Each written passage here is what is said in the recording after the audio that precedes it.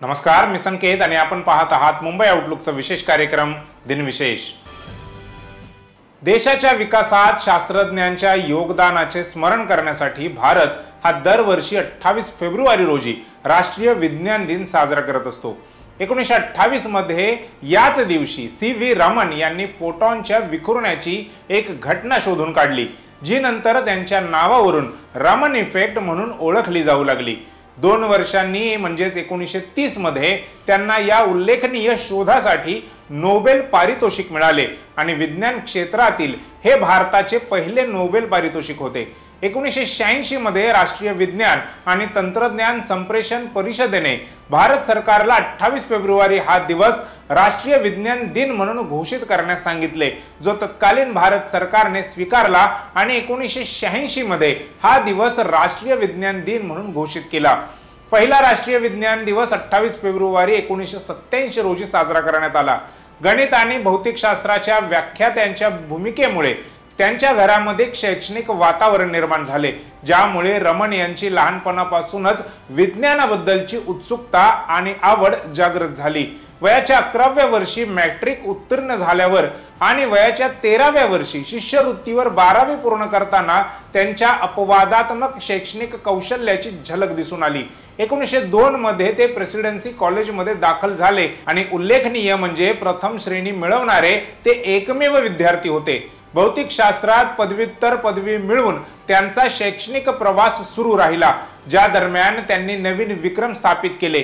1907 मध्ये त्यांनी लोकसुंदरी अल्लमशी लग्न केले, ज्यांच्यापासून त्यांना चंद्रशेखर आणि राधाकृष्णन हे 2 मुले झाली। डॉक्टर राजेंद्र प्रसाद सहाय हे स्वतंत्र भारताचे पहिले राष्ट्रपती होते। त्यांनी सन 1950 ते 1962 या काळात भारताच्या राष्ट्रपतीचे पद भूषवले। व्यवसायाने वकील असलेले डॉक्टर राजेंद्र प्रसाद भारताच्या स्वातंत्र्य लढ्यादरम्यान काँग्रेस पक्षात सामील झाले व बिहारमधील एक प्रमुख राजकीय नेते बनले।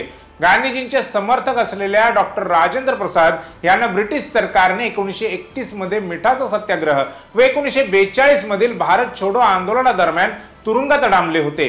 स्वातंत्र्य मिळाल्यानंतर 26 जानेवारी 1950 रोजी भारताने नवीन संविधानाचा स्वीकार केला व डॉक्टर राजेंद्र प्रसादांची भारताचे पहिले राष्ट्रपती म्हणून निवड केली गेली। या पदावर ते 12 वर्ष राहिले। भारताचे राष्ट्रपती या नात्याने प्रसाद यांनी राज्यघटनेच्या आवश्यकतेनुसार कार्य केले आणि ते कोणत्याही राजकीय पक्षापासून स्वतंत्र होते। त्यांनी भारताचे राजदूत म्हणून देशभर जगभर प्रवास केला, परदेशी राष्ट्रांशी राजनैतिक संबंध निर्माण केले। 1952 आणि 1957 मध्ये ते सलग 2 वेळा पुन्हा निवडून आले आणि ही कामगिरी करणारे ते भारताचे एकमेव राष्ट्रपती आहेत। राष्ट्रपती भवनातील मुघल गार्डन त्यांच्याच काळात प्रथमच सुमारे 1 महिना लोकांसाठी खुले होते आणि तेव्हापासून ते दिल्ली आणि देशाच्या इतर भागातील लोकांसाठी एक मोठे आकर्षण बनले आहे। संविधानाच्या आवश्यकतेनुसार अध्यक्षांच्या अपेक्षित भूमिकेचे पालन करून प्रसाद यांनी राजकारणापासून स्वतंत्रपणे काम केले। हिंदू कोड बिलाच्या अंमलबजावणीवरून झालेल्या भांडणानंतर त्यांनी राज्य कारभारात अधिक सक्रिय भूमिका घेतली। 1962 मध्ये अध्यक्ष म्हणून 12 वर्षे सेवा केल्यानंतर त्यांनी निवृत्तीचा जाहीर निर्णय घेतला। मे 1962 मध्ये भारताच्या राष्ट्रपती पदाचा त्याग केल्यानंतर ते पटना येथे परतले। त्यानंतर त्यांना भारतरत्न हा देशाचा सर्वोच्च नागरी पुरस्कार देण्यात आला। पद्मा तळवलकर यांचा जन्म पुणे येथे झाला। त्यांनी ग्वालेर, किराणा आणि जयपूर या 3 मुख्य घराण्यांमध्ये ख्याल गायिकेचे प्रशिक्षण घेतले। स्वरांच्या अचूकतेबद्दल आणि पावित्र्याबद्दलचे त्यांचे प्रेम त्यांचे पहिले गुरु किराणा घराण्याचे पंडित पिंपळेश्वर यांना आणि नंतरचे जयपूर घराण्याच्या दिवंगत श्रीमती मोगूबाई कुर्डीकर यांच्याकडून मिळालेल्या प्रशिक्षणामुळे आहे। पंडित गजाननराव जोशी यांच्याकडून त्यांनी शक्तिशाली आणि भव्य ग्वालेर, आग्रा, जयपूर घराण्याचे घटक आत्मसात केले। श्रीमती किशोरी आमोणकर यांचे संगीत ऋण त्या कृतज्ञतेने मान्य करतात, ज्यांचे संगीत प्रभाव त्यांच्यावर कायम आहे। पद्मा तळवलकर यांचे लग्न प्रसिद्ध तबलावादक पंडित सुरेश तळवलकर यांच्याशी झाले।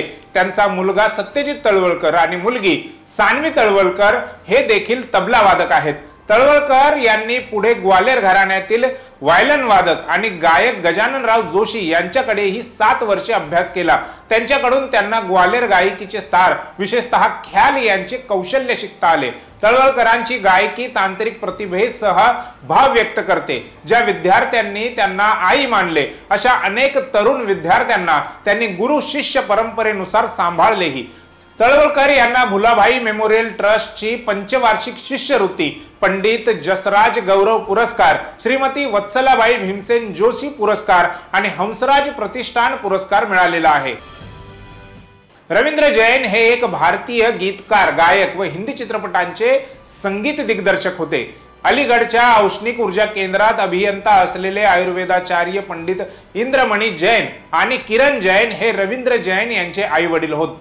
अंध म्हणून जन्माला आलेल्या रवींद्र जैन यांना लहानपणापासूनच संगीताचा एक वेगळाच कान होता। जैन मंदिरांमध्ये ते लहानपणी भजन करीत असत। त्यांची संगीताबद्दलची रुची पाहून त्यांच्या आई वडिलांनी त्यांना संगीताचे शिक्षण देण्यासाठी पंडित जनार्दन शर्मा आणि पंडित नथुराम यांच्याकडे पाठवले। ऑल इंडिया रेडिओसाठी रेकॉर्डिंग करत असताना जैन यांची राधेश्याम झुंझुनवाला यांच्याशी ओळख झाली व त्यांनी जैन यांना मुंबईत आणले। मुंबईत आल्यावर जैन यांनी मोठमोठ्या निर्मात्यांसोबत काम करायला सुरुवात केली। 1972 मध्ये जैन यांनी संगीतकार म्हणून आपल्या करिअरला कांच और हीरा या चित्रपटाद्वारे सुरुवात केली। मोहम्मद रफी यांच्या आवाजात त्यांनी आपले पहिले गाणे संगीतबद्ध केले होते, मात्र ते गाणे रिलीज होऊ शकले नाही। 1970च्या दशकामध्ये रवींद्र जैन यांचे त्यांनी संगीत दिलेले चित्रपट गाजले। राजश्री प्रोडक्शनच्या निर्मात्यांचे संगीतकार म्हणून त्यांची ओळख होती। राज कपूर यांनी राम तेरी गंगा मैली या चित्रपटाद्वारे त्यांना प्रसिद्धीच्या झोतात आणले। रवींद्र जैन यांनी हिंदीप्रमाणेच गुजराती, पंजाबी, बंगाली, भोजपुरी, मल्याळी, तेलुगू, राजस्थानी अशा विविध भाषातील एकूण सुमारे 150 चित्रपटांना संगीत दिले। प्रत्येक संगीतकाराला सतत नव्या आवाजाचा शोध हवा असतो। जैन यांना असा एक आवाज सापडला आणि त्याने हिंदी चित्रपट सृष्टीत एक नवी खुमारी अवतरली। यसुदास यांच्यासारख्या दक्षिणी चित्रपटातील लोकप्रिय गायकाला त्यांनी हिंदी चित्रपटाच्या दुनियेत आणले। रवींद्र जैन यांचे भक्ती संगीताचे काही अल्बम आहेत। मॉर्निंग सन हा त्यांचा अल्बम विशेष प्रसिद्ध आहे।